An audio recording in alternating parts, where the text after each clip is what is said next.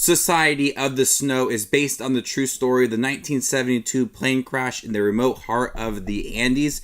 So today, let's see if it's worth your time.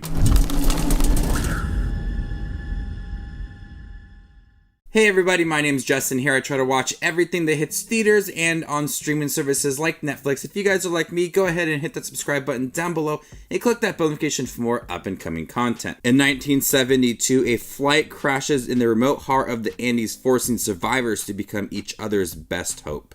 So this is directed by J.A. Bayona, and this movie was released in theaters in 2023, an early part of January for Netflix. I did see it last year, so I included it in my 2023 list, and this was a haunting but beautiful film that showcased what the survivors did during this plane crash for many, many days, and what they went through. The result of them eating each other and trying to survive in the mountains. And it was a harrowing, disturbing film that J.A. Bayona did direct so well. This was a beautiful looking film showing the mountains and the beauty of the heart of the Andes and just how majestic it does look. But when you see the beauty of it, you also get that haunting feel of it, as it feels very desolate, and you see that the survivors are doing their absolute most to survive.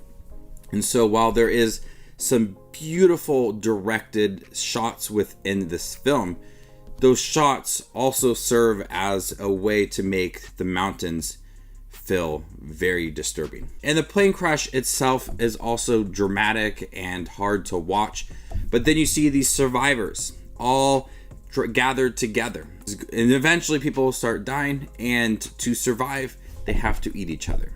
And I've watched some interviews with some of the survivors and how they reacted to other people eating each other and their thought process going in that, and it's a really interesting take on what they thought and why they decided to do all of that. And the bodies were the passengers' ways of surviving and their last hope. It was interesting to see that within the film, how it kind of played out. And it wasn't like a full-on, like, hey, we're going to show everybody eating each other. They kind of showed it in the background. You could hear the sound effects of it as well, which was quite disturbing to hear. But also watching documentaries about it as well, it just provided some more insight to it. So if you ever had a chance to watch some documentaries with the actual people involved, it's pretty interesting to hear all that.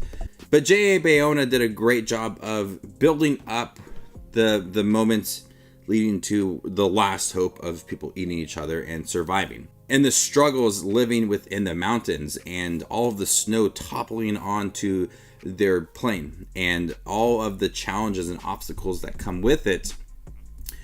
J.A. Bayona paced this film out very nicely till you feel that intensity rising throughout the film, the urgency, as they were there for like 70 plus days, and you see that pace throughout.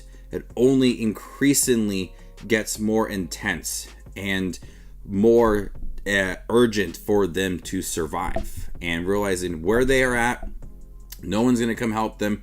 They have to do the most to survive. And that pacing really helps out the story, and you feel the heroics of everybody involved and all of the disturbing things that they went through. You feel that within this movie.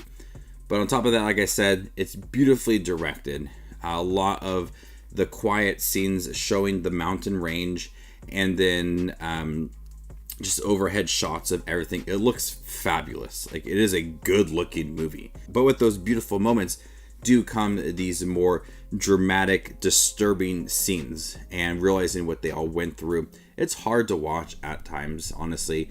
Just the sound effects too, they play a huge part within this movie, because a lot of the scenes are very quiet out in the mountain range, but then they have to utilize the sounds of people eating each other, and the snow toppling on this plane, and the plane crash itself. The effects within here add so much more depth to this movie. The performances too from a lot of unknown actors are really good. A lot of dramatic scenes. You do feel a lot of that emotion surrounding this film. trying to survive, people realizing that they may not make it out alive. You do feel the emotion that comes with that, and then them eating each other, and the reaction to it all. They're really hesitant, but it's their chance to survive. So a lot of Society of the Snow, beautiful to look at, but also really haunting at times. This was a great film directed by J.A. Bayona. I'm glad that he's not directing another Jurassic World film, because that wasn't a very good film that he did. But I know he is a great director. This is a chance for him to return to a more tragic, true story. So before I give you my score for Society of the Snow on Netflix, make sure to check out my channel. Here I do movie reviews, trailer actions, ranking videos, tier lists, all that fun movie related content that you see on YouTube. I do it all here, so hit that subscribe button and get it all in one spot. In fact, to see where Society of the Snow ranks amongst all the other 2023 releases I've seen last year, make sure to follow me on Letterboxd, and there you can find my ranking. I'm gonna go ahead and give Society of the Snow a B+. Thank you guys for checking out my review for Society of the Snow. Have you guys seen it by chance on Netflix? What do you think about it? Let me know in the comment section down below, and stay tuned for more up and coming content like this. My name is Just Watches Movies, and you guys stay classy, YouTube.